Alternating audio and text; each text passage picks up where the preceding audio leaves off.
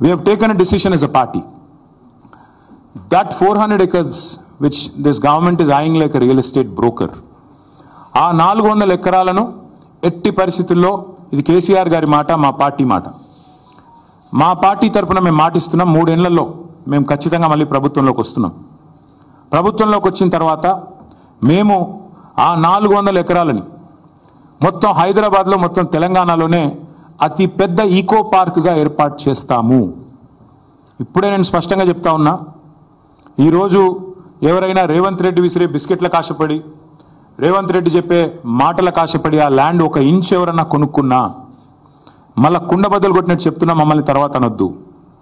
ఖచ్చితంగా ప్రతి ఇంచ్ తిరిగి వెనక్కి తీసుకుంటాము. ఒక అద్భుతమైన ఈకో పార్క్, ఎట్లా అయితే ఒక సెంట్రల్ పార్క్ ఉంటుందో మ్యాన్హాటన్లో, ఆ స్థాయిలో ఒక అద్భుతమైన ఈకో పార్కును హైదరాబాద్ ప్రజలకి గిఫ్ట్గా అందిస్తాము.